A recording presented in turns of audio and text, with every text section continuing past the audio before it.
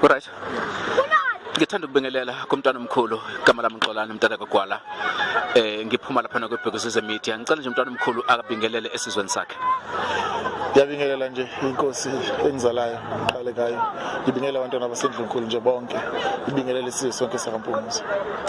Mntwana omkhulu siyabona umcimbi ingathi ke uhambe kahle. Umuzwa wakho uthini? Umuntu uthokoze kakhulu noma isimo sezulu besibhede kodwa isizwe siphume kakhulu ikakhulu kayazi ibutho elincane belikhona kakhulu intombi zikhona umuntu uthokozile nje kakhulu kubuka kwesiqale esihle uma kwakhiwa izwe uma abantu bephuma kangaka besondela ezweni lawo.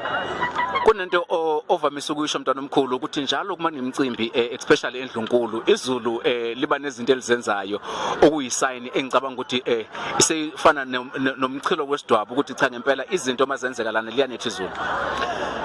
Sinenkolelo ukuthi uma izulu lisuke liguqubele kanje lisuke livumile idlozi emcimbini yakithi ngoba yonke nje esuke inyaka sidlozi siyasibona izulu linje so siyabona kholelwa ekutheni namakhehla avukile emathuneni sinawo nje ngokomoya la azobusa umcimbi wawo nabantu bawo ngoba sonke nje wasila saba. Mntwana omkhulu sitholile ukuthi namhlanje bekune lecture nama programs othe azothulwa esizweni saseMpumuza mhlawumbe kafushane ngalokho concerning i lecture ingabe ibe indlela obuyihlele ngayo.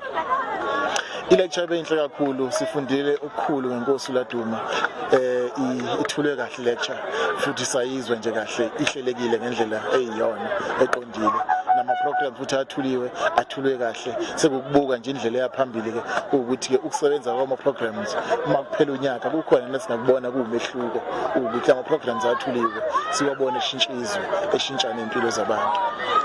Kube nesiphakamiso mntwana omkhulu esivelile laphana ke ukuthi abantu abasha ingqinamba ababhekane nazo naloko ekushiwo ukuthi kuzwakela ukuthi kwenzekile lana mhlawumbe umntwana omkhulu yeyiphi indlela engenzeka ngayo ukuthi ama challenges kanjalo ukuthi kubhekwane nawo.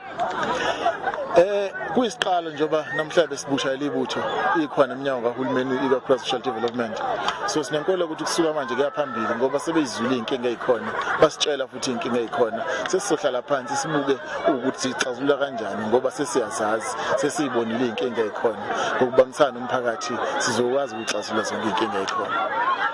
Amazokugcina kumntwana omkhulu athini angathini nje kodwa amazokugcina engathi ikakhulukazi intsha siyafisa ibumbane isondele sikwazi ukudila nezinto ezizinkinga zomphakathi bese ke umuntu ebonga nje esizweni sonke esiphumile nesingaphumanga sigethemba lokuthi masibumbene sisizwe sisodwa ububha nezinkinga nezingqinamba ezikhona siyozinqoba sisizwe. Ngiyabonga kakhulu mntwana omkhulu siyabonga kakhulu.